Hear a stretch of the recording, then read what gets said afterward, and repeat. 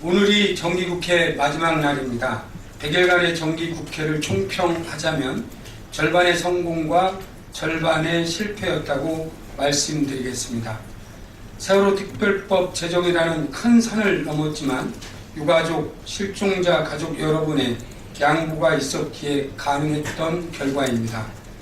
12년 만에 역사적인 예산안 법정 기일을 지킨 성과를 얻었지만 재벌 감세를 생각만큼 이루지 못했고 민생과 안전, 지역 균형 예산 편성에 있어 아쉬운 점도 있었습니다. 국정감사 기간 동안 100조 원이 넘는 국부 유출, 혈세 낭비, 사자방 비리에 대해 밝혀냈지만 아직 사자방 국정조사를 실시하지 못한 점이 못내 아쉽습니다. 임시국회 내에 반드시 처리하겠습니다. 오늘 정기국회 마지막 본회의에서 송파 세모녀 3법과 관피아 방지 내용을 담은 공직자윤리법 등이 의결됩니다.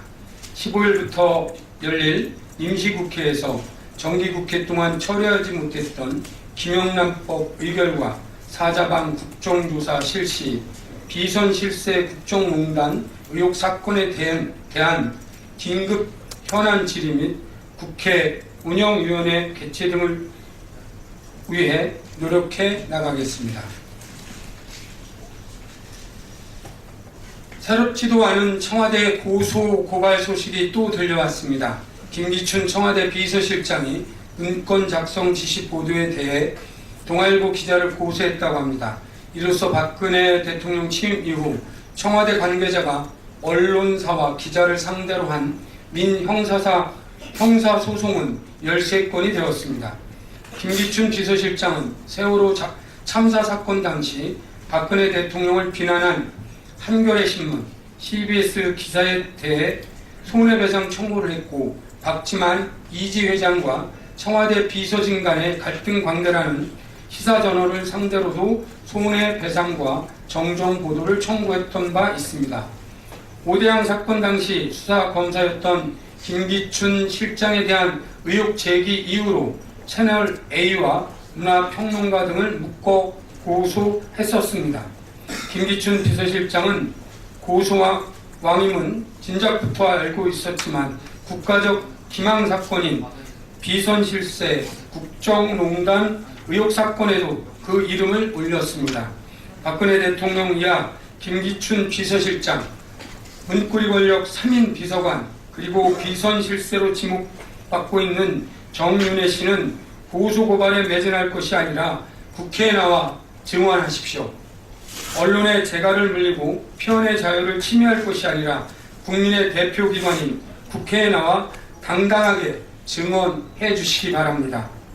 국회 운영회를 열어줄 테니 법적으로 증언 의무가 있는 곳에 나와 국민 앞에 시시비비를 가려보기를 기대합니다.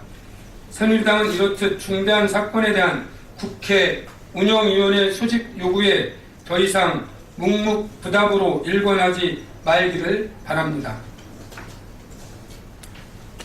어제 발표해 드렸듯이 여야 원내대표 합의에 따라 특별감찰관 후보자 선정위원회 새정치민주연합은 서영교, 김관영 의원이 임명됐습니다. 오늘 오전 10시부터 제1차 선정위원회가 열리고 있습니다. 지난 3월 특별감찰관법이 제정된 후 6월 19일부터 법은 이미 시행됐지만 특별감찰관 임명이 지연되는 바람에 법은 있지만 추진은 안 되는 유명무실한 상태에 있습니다.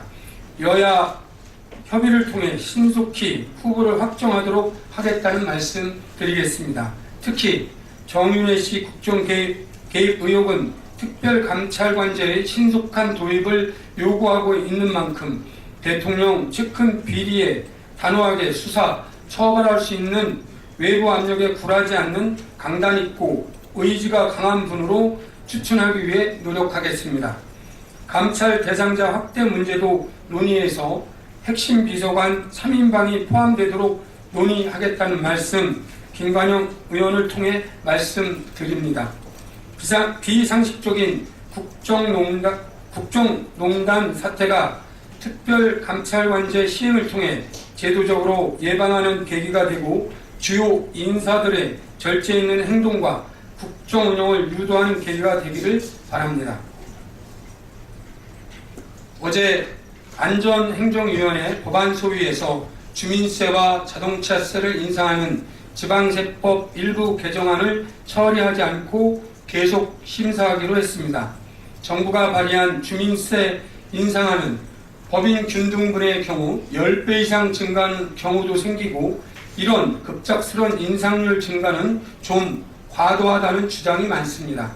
영업용 자동차세 인상 또한 자동차를 이용한 영업을 하는 층이 택시나 택배업 등 저소득층입니다. 생계수단에 세금을 인상한다면 서민들은 더 살기 어려워지는 것 아니겠습니까?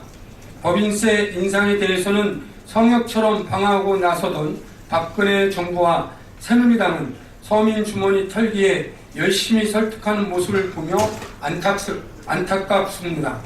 정부가 설명하듯 물가 상승분을 반영한 것이고 1992년 이후 단 한 차례도 개정하지 않았다는 점, 인상에 따른 저항 방지를 위해 연차적 인상안을 마련했다는 점만으로는 서민 증세 논리가 부자 감세를 철저히 막던 논리와는 차이가 없게 느껴집니다.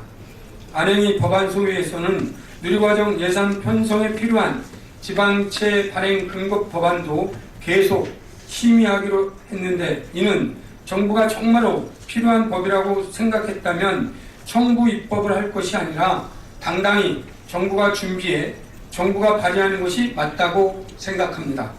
물론 여야 간에 지방채에 대한 이자 지원을 합의한 바 법안의 필요성은 인정한다고 할지라도 절차적인 문제에 대해 짚고 넘어가지 않을 수 없습니다.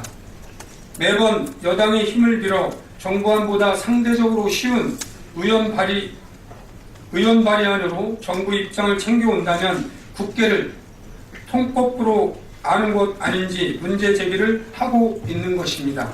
앞으로 새정치민주연합은 주민세와 자동차세 또 누리과정 지방채 발행과 관련한 법적 근거 마련에 대해 보다 심도 깊고 진중한 논의를 계속해 나가겠다는 말씀 드리겠습니다. 내일은 세계 인권 선언의 날입니다. 또 11월 25일부터 12월 10일까지 세계 성폭력 추방 기간으로 정하고 있다고 합니다.